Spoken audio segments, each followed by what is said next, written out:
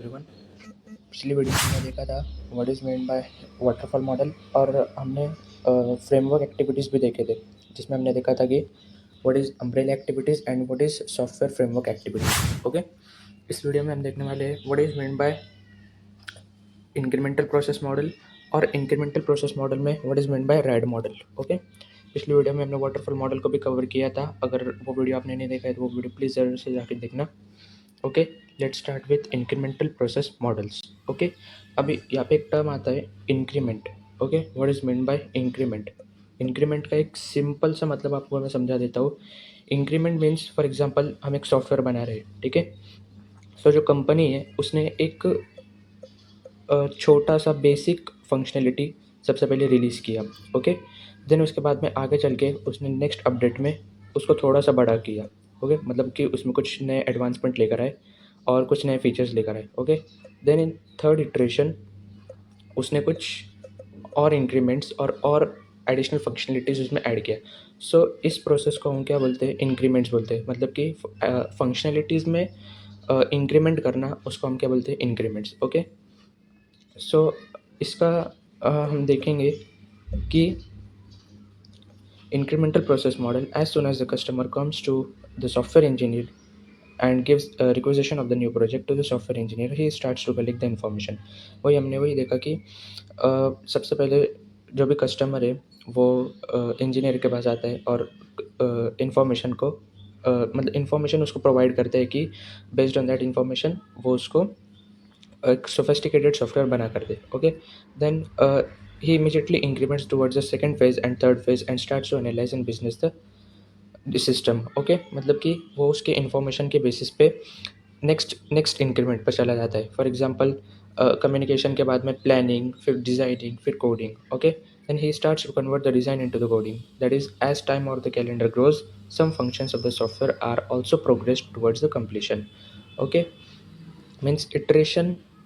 Incremental process model का simply मतलब वही है कि इंक्रीमेंट्स को एक्सेप्ट करना और नए नए इंक्रीमेंट्स को एडिशनल फंक्शनलिटीज़ में कन्वर्ट करना। ओके, यहाँ पर एक डायग्राम भी है जिसमें बताया गया है what is mean by increment. Okay, incremental model का एक डायग्राम है जिसमें कि C stands for communication, planning, modelling, coding and deployment. Okay, अभी यहाँ पर फॉर एग्जांपल ये मॉड्यूल 1 है। ओके, मॉड्यूल 1 में सबसे पहला क्या है? Communication, planning, designing, coding and deployment. Okay, deployment phase ख़त्म होने के बाद हम दूसरा इटरेशन चालू नहीं करेंगे। ओके, मतलब कि ये जो दूसरा मॉड्यूल है इसका इटरेशन कब चालू हो रहा है? कम्युनिकेशन, प्लानिंग हो गया, उसके बाद में मॉडलिंग के साथ साइमल्टेनियसली उसने सेकंड इटरेशन का एग्जीक्यूशन भी चालू कर दिया। There is communication, planning, modelling, construction and deployment. Okay, then same as third module के साथ भी वैसा ही हो रहा है। फॉर एग्जांपल अभी सेकंड मॉड्यूल के प्लानिंग फेज़ के साथ ही साइमल्टेनियसली थर्ड मॉड्यूल का कम्युनिकेशन भी स्टार्ट हो गया। ओके, कम्युनिकेशन हो गया, प्लानिंग हो गया, मॉडलिंग हो गया, कंस्ट्रक्शन हो गया और डिप्लॉयमेंट हो गया। ओके, मतलब कि इंक्रीमेंटल प्रोसेस मॉडल में एक सिंगल इटरेशन कभी एक नहीं चलेगा। ओके, मतलब कि N number of iterations simultaneously चलेंगे। ओके, सो ये इससे क्या इम्प्रूव होता है? इससे टाइम जो प्रोडक्शन टाइम है वो कम होता है और एफिशिएंसी भी बढ़ती है। ओके, देन यहाँ पर भी एक टाइम वर्सेस सॉफ्टवेयर फंक्शनलिटीज़ का एक डायग्राम दिया गया है जिसमें C1 stands for communication 1। communication 1 means module 1 communication, module 2 planning, module 1 planning।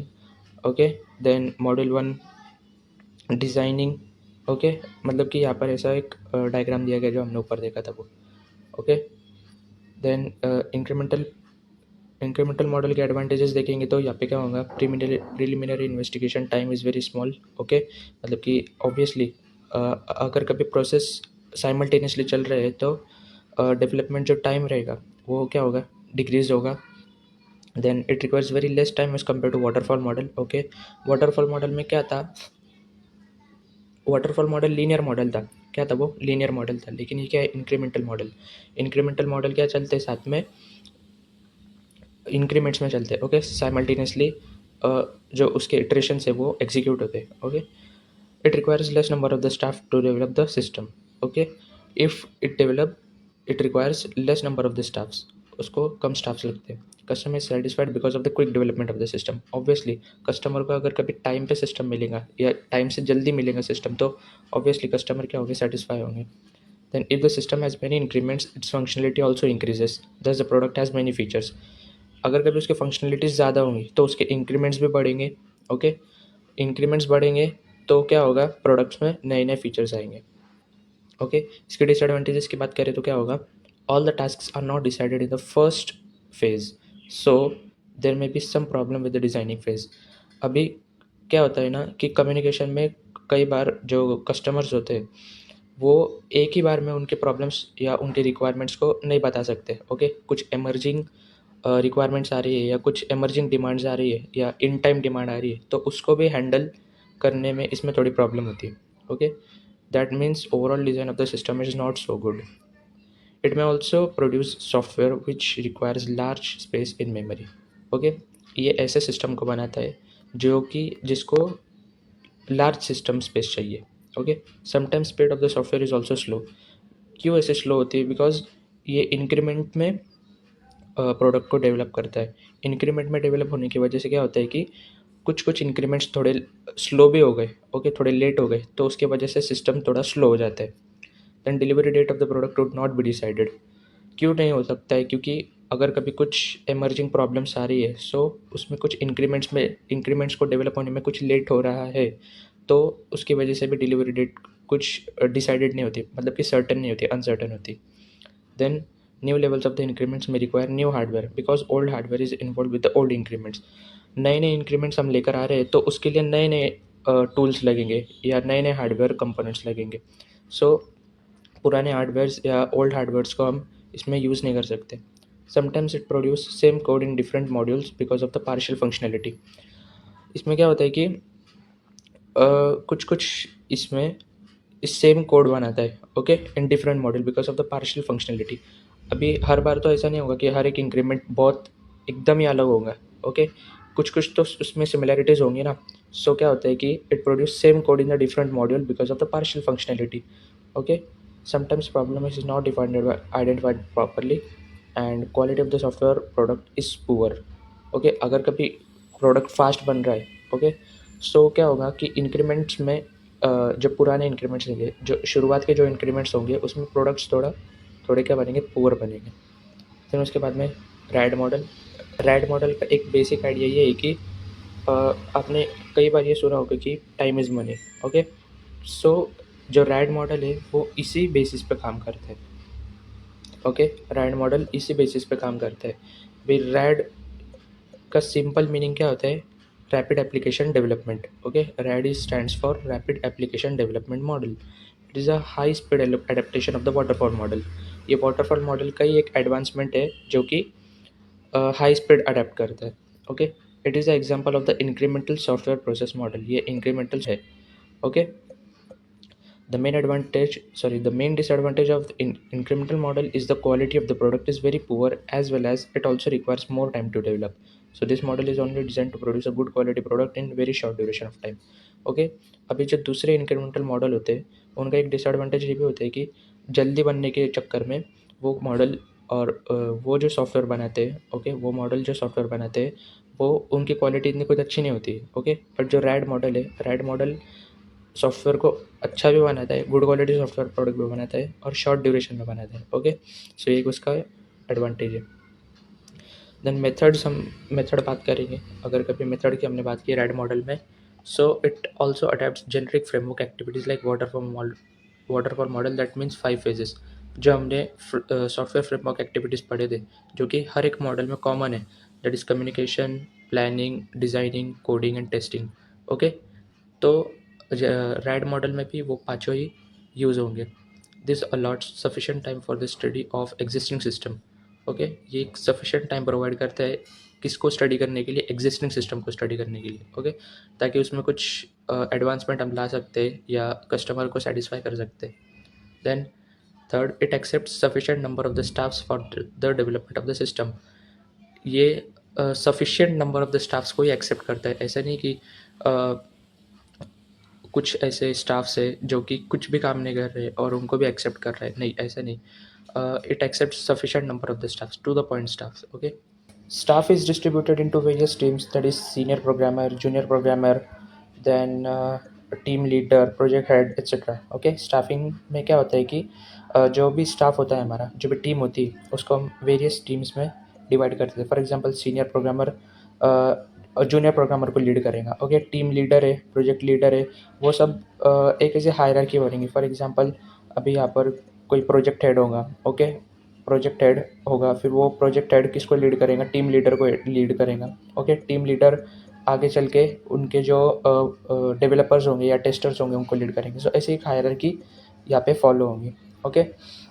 Then उसके बाद में हम आते हैं communication phase. Communication phase is used to understand the business problems as well as it tries to identify all the type of the problems and gather all the type of information. हमने पहले भी देखा था कि communication phase का एक basic जो काम होता है वो क्या होता है, जो भी कस्टमर है, ओके, ये सपोज एक कस्टमर है, उनकी जो भी कुछ रिक्वायरमेंट्स होंगी, ओके, वो जो भी कुछ रिक्वायरमेंट्स होंगी वो हम कौन से फेज़ में लेंगे, कम्युनिकेशन फेज़ में लेंगे, ओके। देन उसके बाद में planning phase. Planning phase is essential because it divides work into the manageable different parts and distributed among the various teams. अभी प्लानिंग ये कम्युनिकेशन के बेसिस पर होगी, ओके। कम्युनिकेशन फेज में हमने जो भी कुछ इन्फॉर्मेशन ली है उसके बेसिस पे हम प्लानिंग करेंगे और उसी के बेसिस पे हम वर्क को डिवाइड करेंगे इनटू मैनेजेबल डिफरेंट पार्ट्स, जो कि हम मैनेज कर सकें, ओके, और हम उसको वेरियस टीम्स में डिस्ट्रीब्यूट कर सकें, ओके। देन उसके बाद में आता है मॉडलिंग. Modeling में modeling will be accomplished by different teams simultaneously. It includes 3 different phases: business modeling, data modeling and process modeling. अभी मॉडलिंग में, मॉडलिंग मतलब क्या है, जो भी हमने प्लान किया है उसका एक ब्लूप्रिंट बनाना, ओके, उसका एक क्या बोल सकते हैं हम, एक मॉडल बनाना, ओके। और मॉडलिंग के भी 3 टाइप है, एक है डेटा मॉडलिंग, एक है बिजनेस मॉडलिंग और एक है process modelling, okay. Then let us see what is meant by business modeling. Business modeling collects all the essential information about the product from the market view or from the business point of view.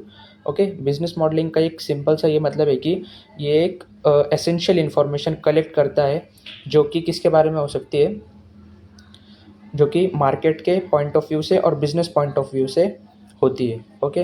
Then उसके बाद में आती है data modelling. Data modelling shows the flow of the data using some techniques like DFD, okay. जो data modelling है वो data flow को represent करता है using DFD model. Different modelling जो कि डेटा फ्लो को रिप्रेजेंट करते हैं, डिफरेंट मॉडल्स को आपने पढ़ा होगा. सो डेटा मॉडलिंग में हम वही रिप्रेजेंट करते हैं कि जो एक इन्फॉर्मेशन है वो दूसरे फेजेस में कैसे जा रही है, okay. Process modelling performs each a process which handles a flow of the data. It decides activities performed in each process, okay. मतलब कि प्रोसेस मॉडलिंग का मतलब ये होता है कि ये जो भी कुछ प्रोसेस परफॉर्म हो रही है, ओके, तो वो हमें रिप्रेजेंट करते हैं. फॉर एग्जांपल एक ऐप बनाने के लिए या एक सॉफ्टवेयर बनाने के लिए जो भी कुछ प्रोसेस हो रही है, ओके, जो फॉर एग्जांपल कम्युनिकेशन प्रोसेस है, देन उसके बाद में modelling process, then planning process. So इन सबको हम अ, किससे किससे रिप्रेजेंट कर सकते हैं, प्रोसेस मॉडलिंग से कर सकते हैं, okay. Then once modelling activity of each term is over it immediately starts construction phase, okay. Modelling के बाद में क्या होता है, कंस्ट्रक्शन फेज स्टार्ट हो जाता है. In construction phase In construction phase, each team develops the code of our product as well as performs testing. It reuses the old software components and develops the new functions which are called as automatic code generation. अभी क्या होता है कि construction phase में जो हमने actual जो model बनाया है मॉडलिंग फेज में, उसके हिसाब से कोड के हिसाब से प्रोडक्ट के हिसाब से कोडिंग स्टार्ट हो जाती है, ओके।